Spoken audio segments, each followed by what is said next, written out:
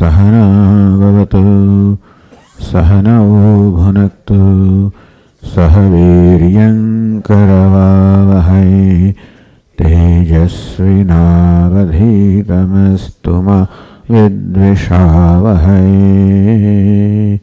Om Shanti Shanti Shanti.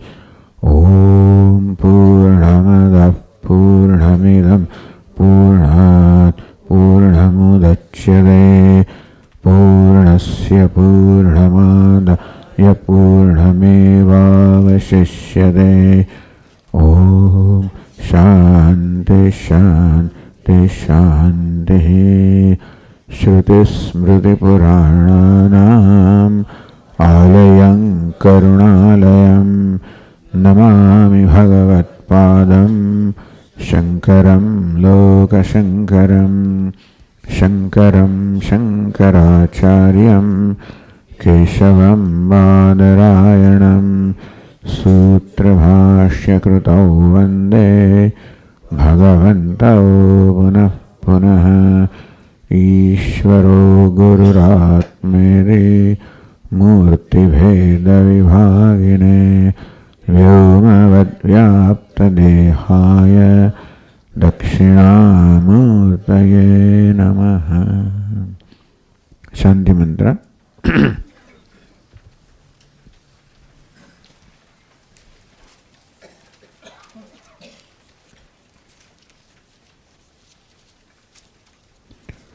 Om Apyayantu Mamangani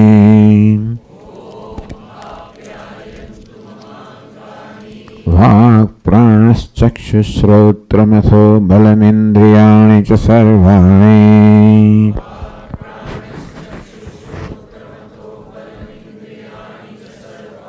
Sarvam Brahma Upanishadam Maham Brahma Nirakuryam Mama Brahma Nirakarod Anirakaranamastva Nirakaranam Me Astu Tadatmani Nirateya Upanishatsu Dharmaha Te Mai Santu Om Shanti Shanti Shanti.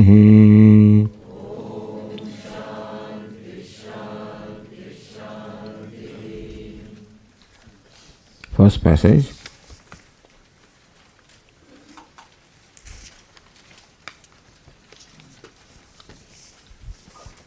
Om Svetaketur Haruneyaha Ase Tamha Pita Uvache Svetaketo Vasad Brahmacharyam Navai Saumya Asmat Kulinaha Ananuchya Brahma Bandhariva Bhavati Te. Om Svetaketur Arune Asa. Once upon a time, there was this Svetaketu, the grandson of Aruna, the son of Arune.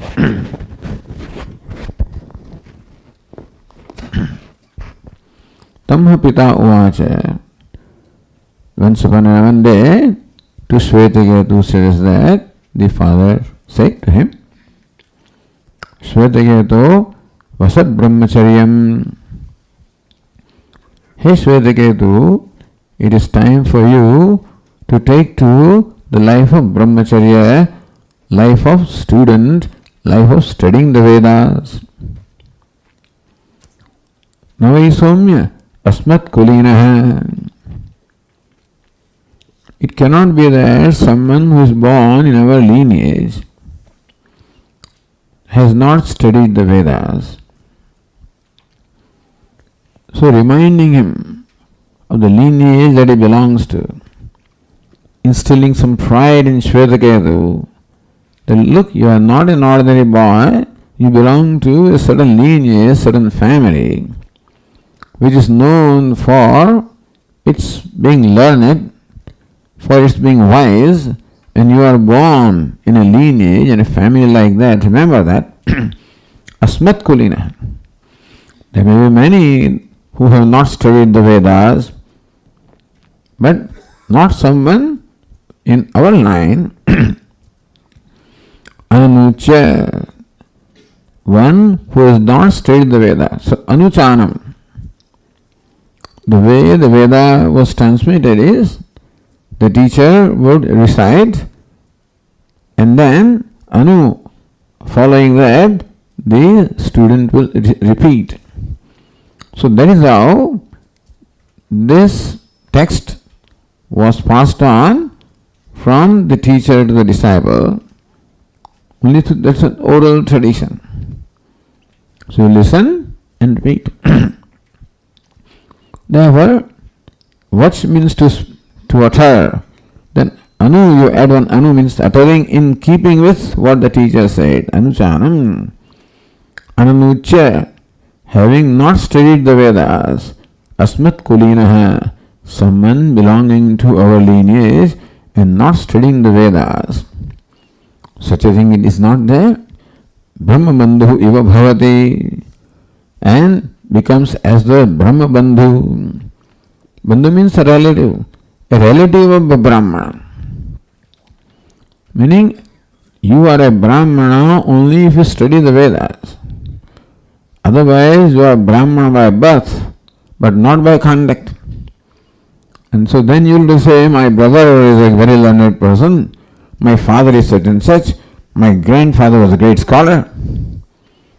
But then there is the expression of Pandita Putra. Pandita Putra means one generation is skipped. Usually Putra or Pandita is not a Pandita. The Pandita skips generation. You don't be Pandita Putra, you have to be Pandita. So this was a way of reminding Shvetaketu and instilling pride in him as to where he belongs and how it is necessary that he should conduct himself in keeping with the dignity of the family where he is born. So thus, even our birth also very often places responsibility upon us. So that is why in the olden days, the duties, etc. were all decided based on the birth. That I am born in such and such family, therefore this is my duty. What is duty? Duty means living a dignified life. Duty is an action which is in keeping with my dignity. And thus everybody is born with dignity. Nobody is higher and lower, everybody has his own dignity. A Brahmana has his own dignity, so does a Kshatriya, so does a Vaishya. Every human being has. And dignity does not mean that due to the same thing. That is when there is a competition. And that is when the outcome is more important than the effort. Because dharma is important, what you do is important. Right conduct is important. Then what the conduct is not important. The rightness of conduct is important, understand? What is dharma? Dharma means the right conduct. So you focus upon the righteousness of your conduct. Later on, they focused on conduct and compared and then created these competitions and all these dissimilarities, etc. And there is inequality, no doubt. But there is equality in terms of the dharma, that your commitment to what you do, that commitment is called dharma, there everybody is equal. Anyway, this is by the way, so this is how everybody has a dignity. And then you are giving an identity to a person. A young boy doesn't have any identity. You now initiate that into called the next ashrama called brahmacharya. Now you are a brahmachari. You are a student of the Vedas. That's how gains an identity. In the moment you have an identity, automatically duties follow. No identity, no duty. Identity, I'm a son, I'm father, I'm student, I'm wife, I'm husband, etc., etc. So whatever be the identity, there is always a conduct which is in keeping with that identity. Because then alone there is a meaning in identity. Identity is not just for pride or proclaiming my individuality. Identity is to live a life of responsibility. So the idea of responsibility is inculcated in the person by giving him an identity. Then now you are a brahmachari. And brahmachari means certain duty, certain discipline, certain code of conduct. And why is that so? Because the discipline, code of conduct is important to train our mind. If we simply follow what our fancies say, then the fancies will lead you to God knows where. It is called the Vasana Preritam, whether you are living life based on your impulses, vasanas, inherent tendencies, or you surrender yourself to the instruction of scripture. So we are always controlled by something, understand? Even a person who claims that I am independent, not controlled by anything, also is controlled. Controlled by whom? Controlled by his own raga dveshas. His own impulses, they control. So either I choose to be controlled by my impulses, or I choose to be controlled by the scriptures. Control is going to be there. Even those I say to claim there is no control are controlled by their own impulses. Karyate hivashah karma sarvah prakrutijair gunaihi.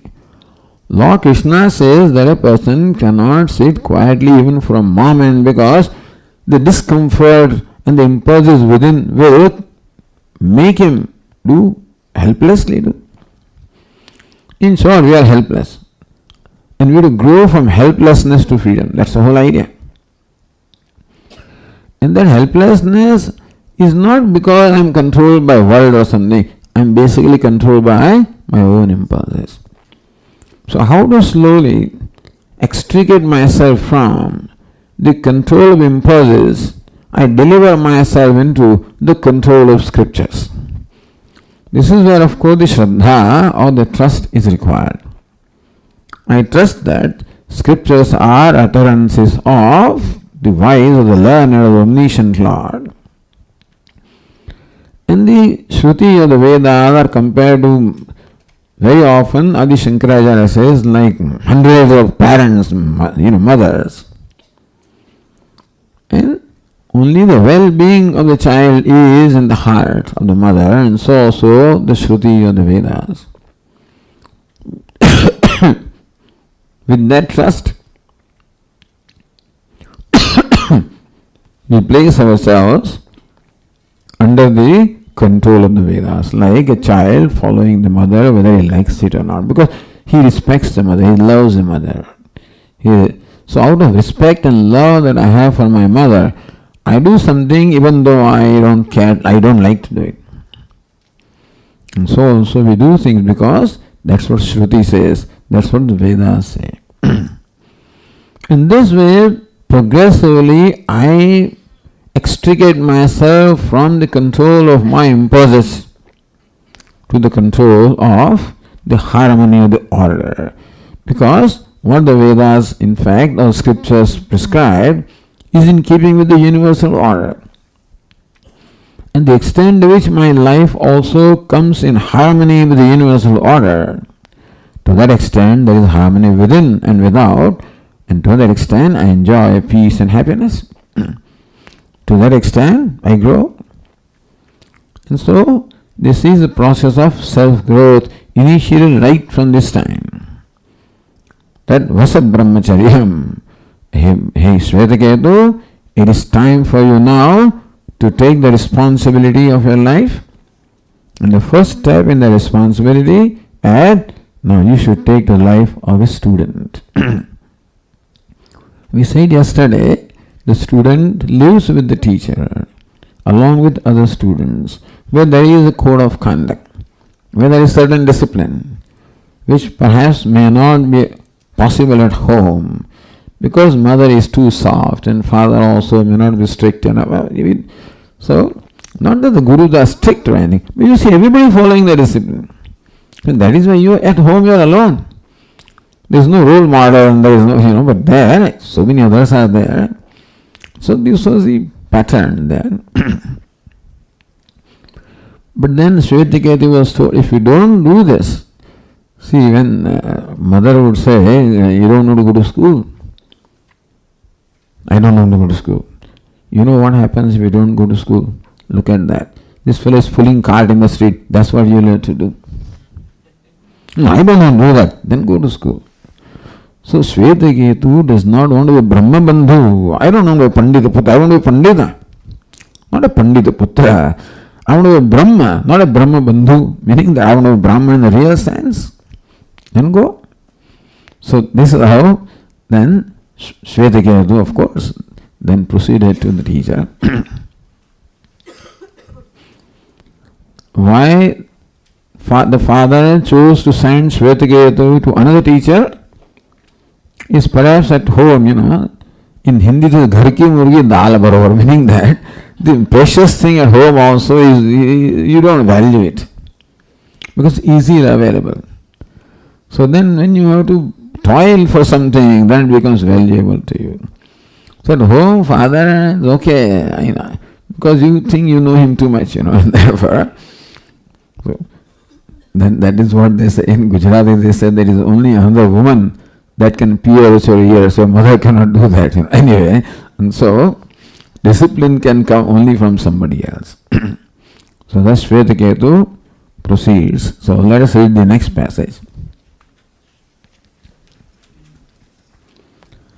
Saha dvadasha varshah upetya chaturvimshati varshah सर्वान् वेदान् अधीत्य महामनाः अनुचानमाने स्तब्धः एयाय तम्ह पिता उवाच श्वेतकेतो यन्न सौम्य इदं महामनाः अनुचानमाने स्तब्धोसे उत तम आदेशम अप्राक्ष्यः सह द्वादश वर्षः. When this conversation took place between the father and son, at that time Shvetiketu is dvadasha varshah. He is 12 years old. That's the limit. Usually initiation ceremony is done at the 8 or 9, depends upon your tradition. I think 12. So father realized that now the time for initiation is going away. And if you pass the time, then you are not fit for being initiated, in which case then you cannot become a student. That's why the father now may have waited all this time and told at this point. So at that time, Shvetiketu is dvadasha varshah. He is 12 years old. Upetya. Upetya means what? Upavitam. So Upanayana ceremony was carried out. Meaning that now Upanayana ceremony or initiation ceremony is carried out by the Guru. The Veda Guru, one who is going to teach him Vedas, that Guru initiates him into the life of Brahmacharya or life of student. And he imparts the Gayatri mantra. He initiates also into the Gayatri, in his ears, he utters that mantra. And by that, now as I said yesterday, this child is ready for studying the Vedas. Meaning not anybody and everybody can study the Vedas. Only one who is just initiated properly, that person alone is qualified to study Veda, and thus Upetya, having got the initiation from the Guru, Chaturvimshati Varshaha, he became 24 years old, which means that he lived with the teacher for 12 years. Sarvan Vedan Adhitya. This is important. He must be a very, very bright boy, because in 12 years he studied all the Vedas, not one. Usual instruction is Swadhyayo Adhyetavyaha, that one should study the Veda of one's own branch. People don't study 4 Vedas, they study one. So whichever recension of Vedas you belong to, this is what you study. So Krishna is Yajurveda, you belong to that. Shukla is Yajurveda. In Shukla Yajurveda also there may be recensions. Kanva Shakha, Madhyandini Shakha. And so people in the south of India, if they study Shukla Yajurveda, it is Kanva Shakha. In North India, if they study Shukla Yajurveda, it is the Madhyandini Shakha, etc. And this is all. This is what these Vedas expect you, that everybody should study at least the Veda of the Shakha, the recension to which he belongs. But this fellow studied all Sarvan Vedanatitya. So Chaturopi Vedanadhitya. He studied all the 4 Vedas. Then what happened? He came back. Ayaya, he returned home. Returned home transformed. In what way was he transformed? Says Mahamanaha, Anucharamani, Stabdaha. Swetaketu returned from the Gurukulam, from the teacher, is now described as Mahamanaha. What is Mahamanaha? Conceited, proud. So Mahamanaha, Mahad Gambhiram Manayasya. Asamam Atmanam Manyahi Manyamanam Manahayasya. One who thinks that I am a great person, that there is nobody equal to me, Mahamanaha. So one whose mind thinks that there is nobody like me, and this has a great superiority complex. Came back with a lot of pride and superiority complex, and looking down upon others. Is one thing that you think that you are learned, is other thing that you look down upon others. So Mahamanaha, who thinks too highly of himself and therefore looks down upon others, came like that. Anucharamani. Again, Anuchanam means studying the Veda. Anucharamani, one who thinks that he can teach the Vedas, that now he can give discourses. Now he has become very learned, and therefore he can give discourses and he can teach others. So Anucharamani, Stabdaha. Stabda means what? One who is stiff, unbending, and therefore, so he became very proud, conceited, thinking too highly of himself, that now I can teach others. I've finished the learning. Learning I've finished, now I can teach others. I can give discourses. And very immodest, stabdha, very immodest. All modesty is gone. He doesn't bend down, remains very stiff. This is how the son came back. That's why he said that I don't think that he thought very highly of his father to begin with. When he came back, so therefore, father is most amazed looking at this son. And we also found it with ourselves. That we send them to study some place, and when they come back, and it is, I think I know more than, not they may know also, but this whole notion, somehow, that I know more than my earlier teacher. I know more than my father, I know more than this. Something happens for whatever reason. So this kind of pride and arrogance happens when, number one, we do not have appreciation for the favor that we are receiving, appreciation of the contribution of others in our life. When we take all the credit for what we have to ourselves, not recognizing how what I am is a result of the contribution of so many sources. And then when I am 24 years old, then once upon I was 12-year-old, isn't it? So what I was at 12 years old is a basis for me to be 24 years old. Meaning that whatever now I am, I may learn it all right. But the basis is what I was at the age of 12, then is built up upon that, is it not so? So what I am in the present is by building up on what I was in the past. At the age of 12, if I didn't have anything, my father did not give me anything, etc., and then at the age of 24, I would not have been what I am today had I not been what I was when I was 12 years old. We should remember that. When left and right we start condemning our old traditions, etc., because it is fashionable to do that, but we do not recognize that what we are today is built on that. Had that not been there, we would have been different people, which is what is in the world also. Else, not all people are the same.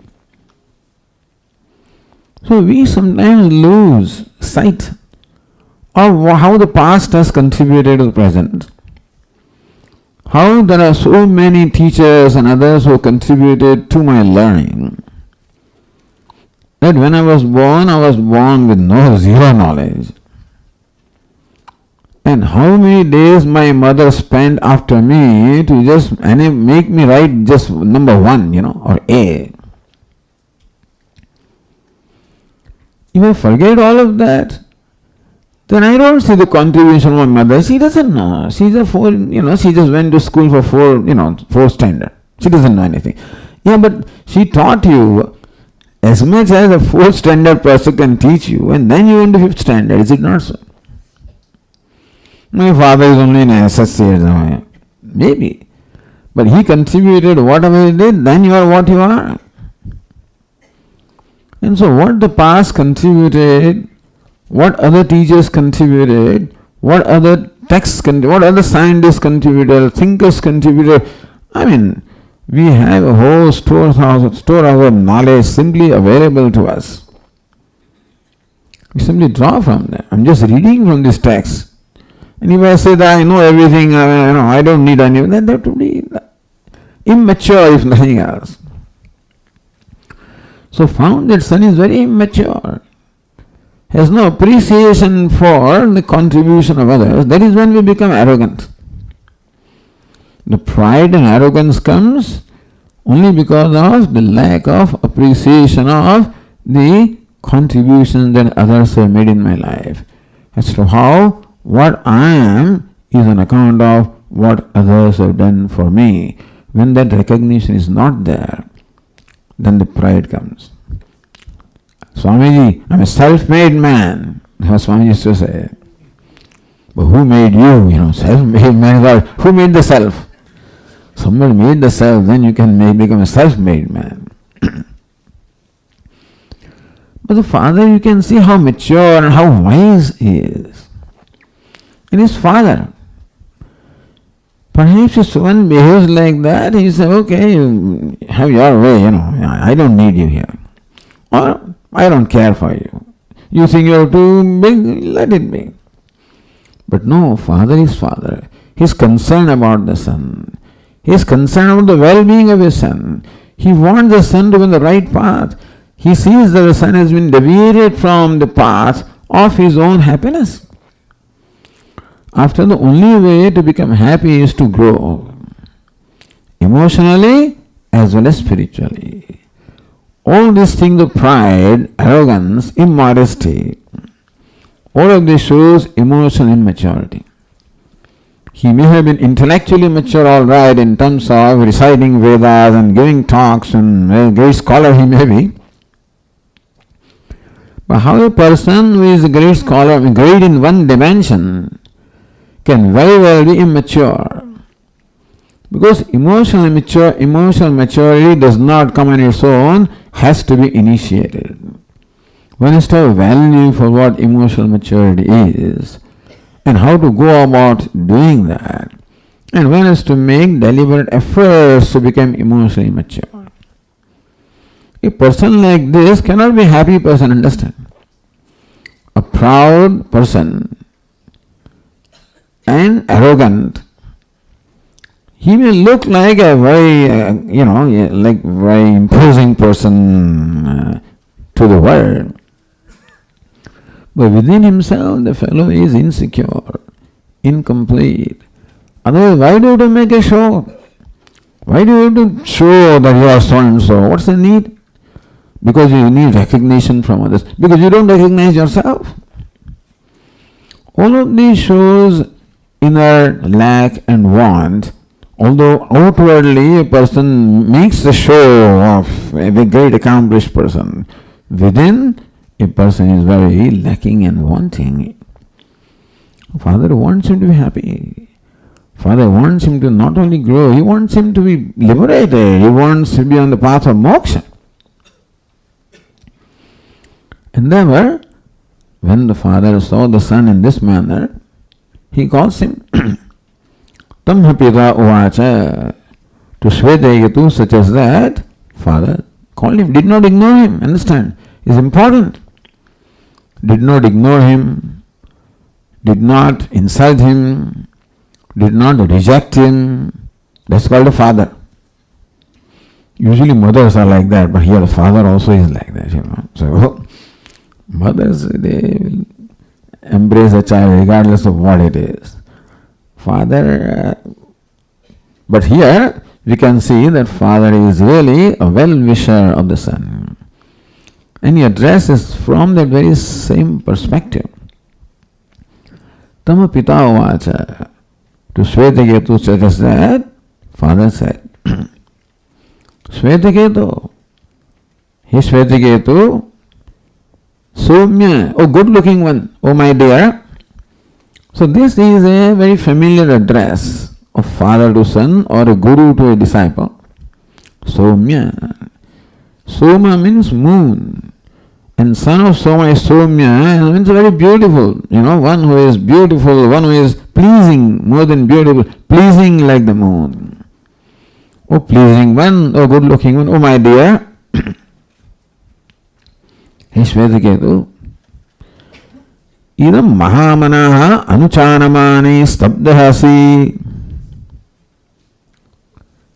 Then I see that you are very arrogant, proud of being a learned man, immodest. This is what I find in you. That means that there must be something extraordinary you must be having. So it says, Kaste atishaya praptaha upadhyayat. Usually you are proud because you have something within you. Shvetaketu was proud for a reason, of course. So you are proud because you think that you are excellent. So what excellence have you gained from your teacher that makes you like this? I'm sure that you gained some excellence from your teacher, which is what seems to have made you like this. What is it? And here, father asks him a question to turn him around completely. Says, there is Saddharma Avatara Chikishaya. For inculcating the right attitude and right behavior in the son, father asks one question. An extraordinary question. One question, simple question. Uta tamadesam aprakshya. Hey Shvetaketu, aprakshya. Did you ask for tam adesam, that instruction? did you ask for their instruction? The word is adesha. If you look at the text, in the third line of the Sanskrit text is Uta Tam Adesham Aprakshya. Did you ask for that Adesha? Did you ask of your teacher for that Adesha? Adesha simply translated means instruction. Yesha Adesha, Yesha Upadesha. But the word Adesha is explained by the karma vibhava, so it is a karmani, adishyate iti adesha. That which is instructed is called adesha. So this is the karma bhakti. So adishyate iti adesha. That which is instructed is called adesha. Instruction is adesha. But you can resolve this word in different ways, and that which is instructed is called adesha. This is a very important thing to understand. That which is instructed by the teacher in the scriptures is called adesha. There is something for which you have to receive instruction from the teacher and the scriptures. Something which is not available for your own learning. So scriptural teaching, particularly teaching pertaining to the self, pertaining to Brahman, pertaining to truth, Satyam, Jnanam, Anandam, Brahman. Those are something that you can learn on your own. They think that there is something that you cannot learn on your own, even if you study the books. I can study myself. I don't need a teacher. I can study myself. You can. I know Sanskrit grammar very well. Yes, you do. I know Tarka, I know Mimamsa, I know all the disciplines that are required to study. Yes. And still, Shastrajñopi Swatantrena Brahmanveshanam na kuryad. In the Mundakopanishad Bhashya, Mundakopanishad says, Tad Vijnanartham sa Gurumeva Vigachet. For knowing that he should necessarily go to a Guru. There is something for knowing which we should necessarily go. Basically, we should go to Guru to learn anything. But still, as far as objective sciences are concerned, maybe it is possible that you can investigate on your own and perhaps come to that conclusion. When it comes to the self, then you have to go to the teacher. Now this looks like the clever method of perpetuating Gurudam, By saying that Gurudam means what? That you must go to, so the teachers are perpetuating their importance by saying that, hey, you must go to the teacher. Teacher says, scripture says you must study the scripture. What is the point? So we suspect the intention behind this kind of an instruction. So why do they say that you have to go to the teacher? But there is something that you cannot learn on your own. Particularly as far as the self-knowledge is concerned. It is not possible for me to arrive at the knowledge of the true nature of myself. You know why? For understanding something, I must be objective. See, science, objective science. If physicists, chemists, these scientists are objective people. What is objective? Meaning that you relate to the objective investigation without any agenda. You have something to investigate, and then you follow the proper methods to investigate and understand what this is.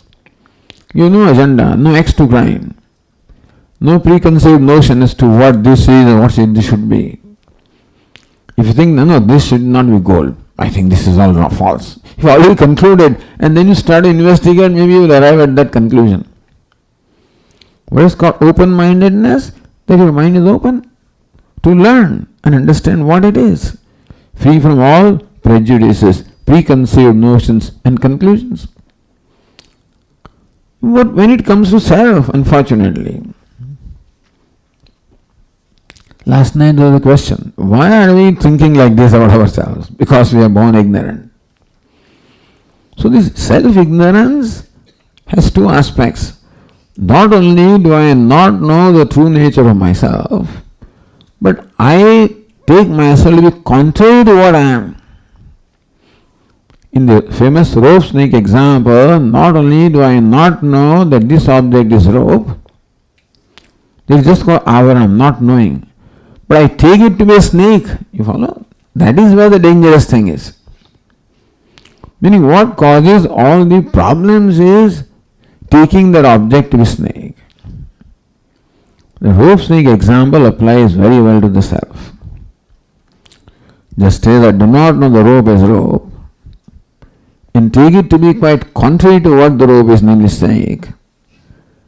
And I take the snake to be real and it causes all kinds of reactions in me.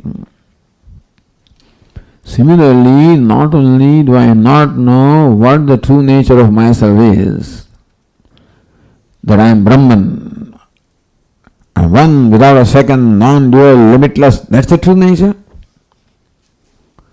Not only I do not know that, but then I know myself to be contrary to. So not only I do not that I am limitless, I say I am limited.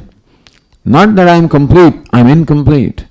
Not that I am not non-dual, I am all one among many. I am divided, I am excluded. What is my nature? All inclusive. What do I take myself to be? Excluded by others. Meaning that I am already born with conclusions, opinions about myself. And I do not even know that my opinions about myself are wrong. That also I do not know. So now when I investigate the nature of self, already conclusions are there.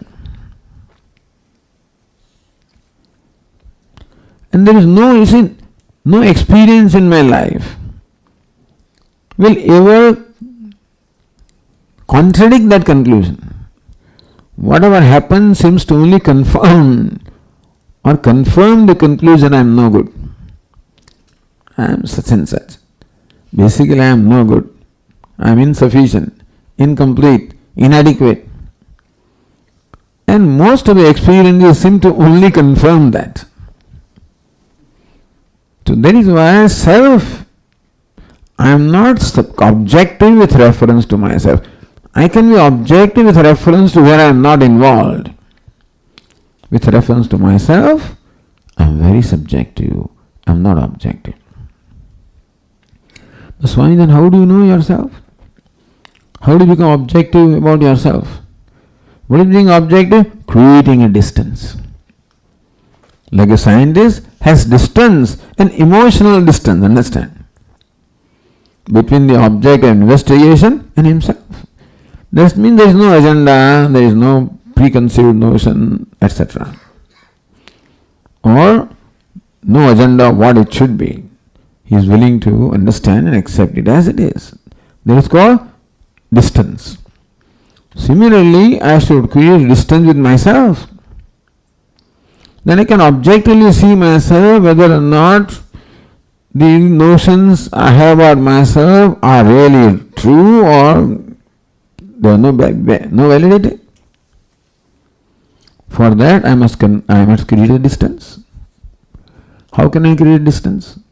With myself? Oh Swami, yes, I saw my body. That is not the distance we mean, Oh, when something happened to me, I went up there and I was watching everything. No, that is not the distance that we mean. That maybe I may have some other, benefit, I don't know. But then, distance that we mean is distance in terms of knowledge, the identification. That's why Vairagya is important. So what do we do? See, our Swami used to point out that famous picture of the Bhagavad Gita, the Gita press, where Lord Krishna and Arjuna both are sitting in the chariot. Lord Krishna sitting on the driver's seat, Arjuna sitting on the seat of the master. But when the instruction of Bhagavad Gita takes place, you will see how Lord Krishna is holding the reins in the left hand, horses are under control. He has turned around to Arjuna and then showing this Jnana Mudra, this teaching. So now Arjuna is identified with Lord Krishna. This is what the Shraddha and Bhakti for the teacher does. When Arjuna discovered that kind of Shraddha, he was always a devotee of Lord Krishna, but he was a friend. But today when he discovered from himself a Jignasu, a one who is desire of knowledge, then you could see Lord Krishna as the teacher. I think so far he saw only a friend. But today, when he saw in himself one who is in need of knowledge, they could see in Lord Krishna a teacher. So, Shraddha is a very important quality. Shraddhavan labhate jnanam. The Shraddha and Bhakti for the teacher. An implicit trust and reverence for the teacher enables me to identify with the teacher. Because that trust and reverence enables me to accept the teacher as the teacher is. Then I can identify with the teacher and look at my own self from identification with the teacher. You understand this? How the objectivity of the self is created in teaching. This happens only when I become one with the teacher. So when the teacher is analyzing the self, I analyze along with the teacher from sitting on his platform. I look at myself or my ego. And I can understand all the falsity with the reasoning that is provided. This sounds like all emotional stuff, but it's not. The Shraddha and Bhakti are a very, very important element when we are not listening to discourse. This is the one thing. You go and listen to political discourse, all kinds of things. We do. But that is not the study of Vedanta. Not that the Shraddha Bhakti happens overnight also. We don't demand that it has to happen. But we are lucky if it happens. If it happens with somebody, that somebody invokes from me that trust and that devotion and that reverence, then I am the beneficiary. That enables me to now be objective about myself. Then I can subject my own notions and conclusions to the reasoning from the standpoint of the teacher and see where is the falsity of thinking in arriving at this conclusion. Because we have arrived at all conclusions through some process of reasoning. And the teacher shows where there is a fault in that reasoning. So I see that. So when the ego is not inquiring, then I am able to let go. So yeah, this is not right. It's not right. That's how complexes or granthi are dropped one by one. That's how ignorance is shed. So that is why this is something that has to be received from the teacher. So the father uses the word adesha. Adishyate iti adesha. That which can only be known through the instruction of teacher. When, as we say, there is a right relationship between the disciple and the teacher, that enables me, what happens is, because Atma or self is not the meaning of any word, it's not a vachyartha, it's not the literal meaning of any word. Atma is not the literal meaning, even of the word Atma, by the way. Where self also does not mean literally the self.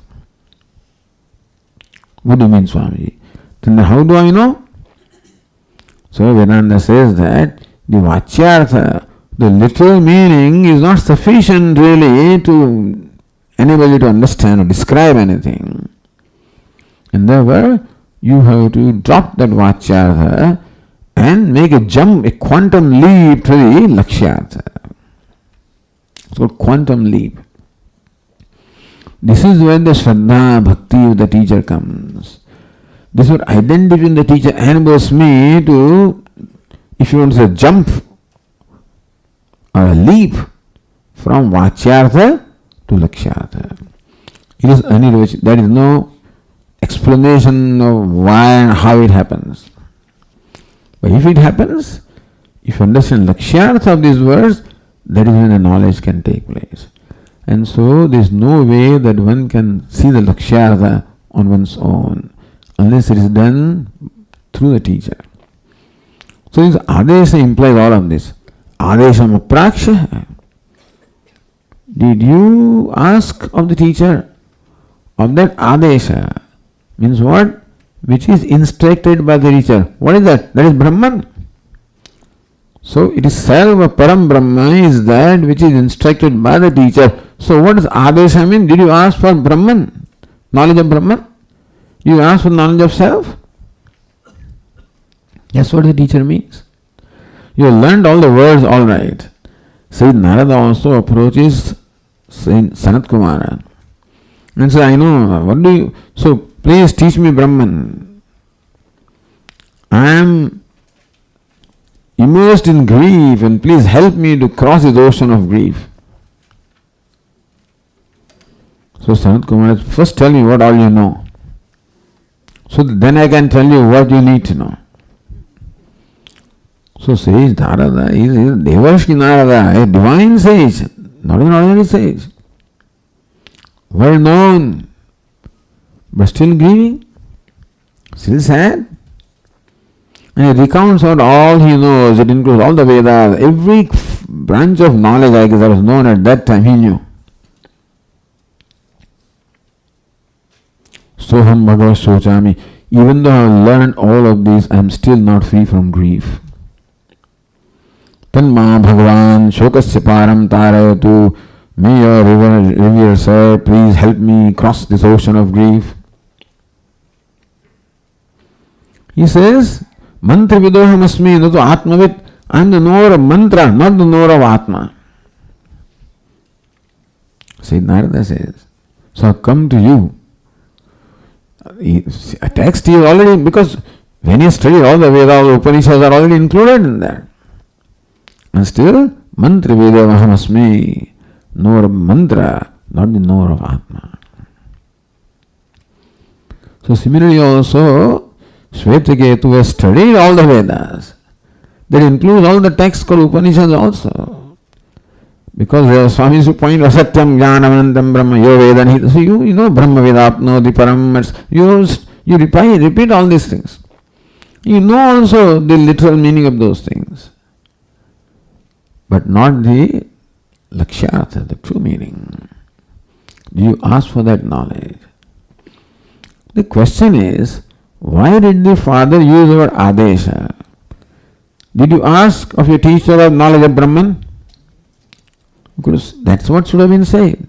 Did you ask for self-knowledge? What do you mean self? I don't care for self-knowledge. That's what he would have said, Being what he was at that time, what Brahman, But father says, did you ask for that which can only be known through the instruction of a teacher? Meaning that you do not know that. He says, I know Atma, because everybody has a notion of what Atma is anyway. So did you ask for self-knowledge? I know what self is. Do you ask for knowledge of God? I know what God is. That's what you know. But here is something that has to be known through instruction of teacher, which you do not know. So there is something that you do not know. The whole idea is that you think that you are all learned and know everything. Do you know this? Immediately was made aware, there is something that I do not know. This is a very clever or intelligent way on the part of the father to bring the son down to the earth. First of all, he has to come down to the, otherwise he won't listen further. The mood in which he was, he's an old man, father. Because he did not bend down his father also. Father is always a revered one in that home, and he was stabdha, immodest, stiff, not bending. Father didn't say, come on, bend down to me. He didn't say that. Father just did like a balloon. All you need is to prick. One prick. Similarly, one prick, the whole balloon just burst. Now, Father in fact says further, which was not included in this text, but did you ask for that instruction? Yena ashrutam shrutam bhavati amatam matam avijñātam vijñātamiti. Did you ask for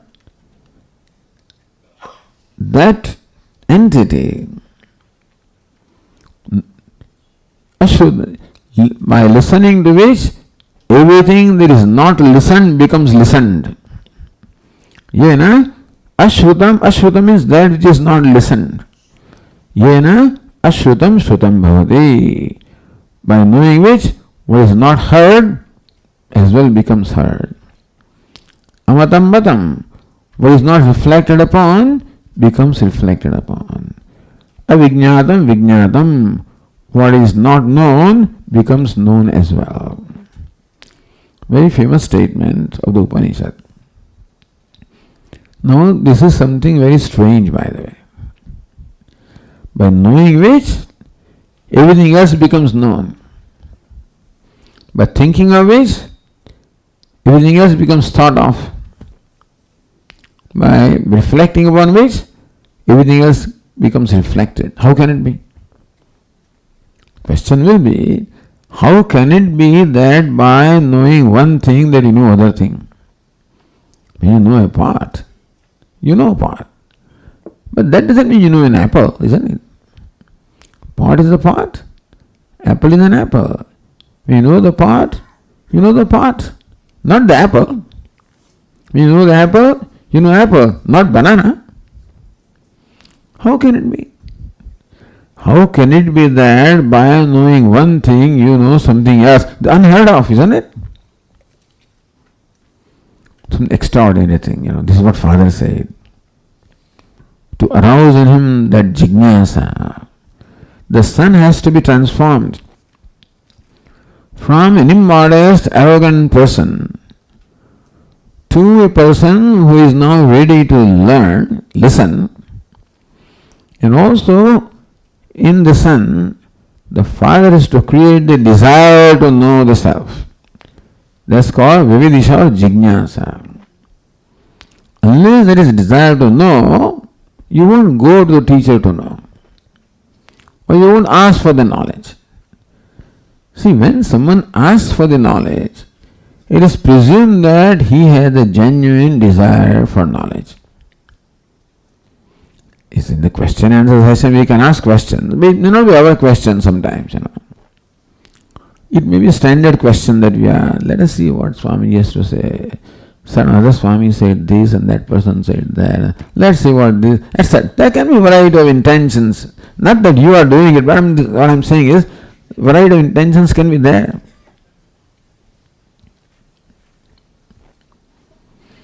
But then, generally speaking, when pariprashnena, one of the requirements or one of the prescription is that you must approach the teacher with reverence and serve him, win his confidence, and then ask question about what you want to know.